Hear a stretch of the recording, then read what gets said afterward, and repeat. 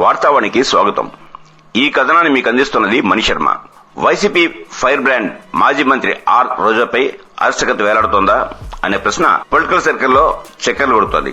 గత 2 రోజులుగా రాజధాని అమరావతిలో ఈ విషయంపైనే హాట్ డిబేట్ నడుస్తోంది. ఆడుదాం ఆంధ్ర పోటీల్లో అప్పటి మంత్రి రోజా అవినీతికి పాల్పడ్డారని, సుమారు 100 కోట్ల రూపాయలు అవినీతి జరిగిందని ఆమెపై విజయవాడ వాసి ఒకరు సిఐడికి ఫిర్యాదు చేశారు.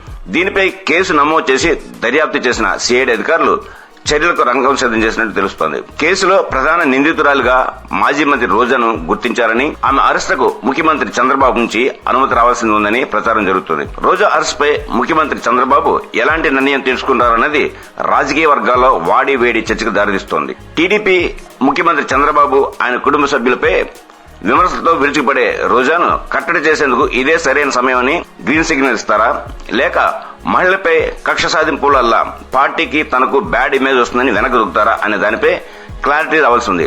ఆడుదాం ఆంధ్ర ఆటల పోటీలో అవినీతి జరిగిందని సిఐడి ప్రాథమికంగా నిర్ధారించిందని, అయితే ముఖ్యమంత్రి చంద్రబాబు అనుమతి లేకుండా ఒక అడుగు కూడా ముందుకు వేయొద్దని ఉన్నతాధికారులు ఆదేశించడంతో కేసు దర్యాప్తు ఆపినట్లు చెబుతున్నారు.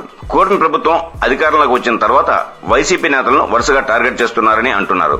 మాజీ ముఖ్యమంత్రి జగన్ నుంచి ఆయన కేబినెట్ లో మంత్రులుగా పనిచేసిన వారిలో ఎక్కువ మందిపై ఏదో కేసు నమోదైన విషయం తెలిసిందే. ఈ నేపథ్యంలోనే రోజాతో పాటు మాజీ ఉప ముఖ్యమంత్రి ధర్మానక్ పైన సిఐడికి ఫిర్యాదు అందింది. గత ప్రభుత్వంలో రోజా క్రీడా శాఖ మంత్రిగా ఉండగా కృష్ణదాస్ రాష్ట్ర ఒలింపిక్ సంఘం అధ్యక్షుడిగా పనిచేశారు. దీంతో వీరిద్దరిపై విజయవాడకు చెందిన ప్రైవేట్ వ్యక్తి ఫిర్యాదు చేశారు. ఈ ఫిర్యాదుపై ఎఫ్ఐఆర్ నమోదు చేయగా దర్యాప్తు చేపట్టిన సిఐడి అధికారులు ప్రాథమిక ఆధారాలు సంపాదించినట్లు చెబుతున్నారు. అయితే వైసీపీ నేతలపై వచ్చిన అవినీతి వ్యవహారాలపై దర్యాప్తు చేస్తున్న కూటమి ప్రభుత్వం ఇప్పటి వరకు ఏ ఒక్కరిని అరెస్ట్ చేయించలేదు. ప్రస్తుతానికి అరెస్ట్ అయిన వారిలో ప్రతి ఒక్కరూ ఇతర కేసుల్లో నిందితులు ఉన్నవారే. టీడీపీ కార్యాలయంపై దాడితో పాటు హత్య కేసుల్లో ఆరోపణలు ఎదుర్కొన్న వారిని మాత్రమే అరెస్ట్ చేసేందుకు సీఎం అనుమతిస్తున్నారు. అవినీతి కేసుల్లో అరెస్టులపై రాజకీయ నిర్ణయం కోసం తగిన సమయం వచ్చే వరకు వేచి చూడాలని చెబుతున్నారు. దీంతో ఆరోపణలు ఎదుర్కొన్న వారు తీవ్ర ఒత్తిడిలోనే ప్రభుత్వంపై విమర్శలు వెనక్కు తగ్గుతున్నారు.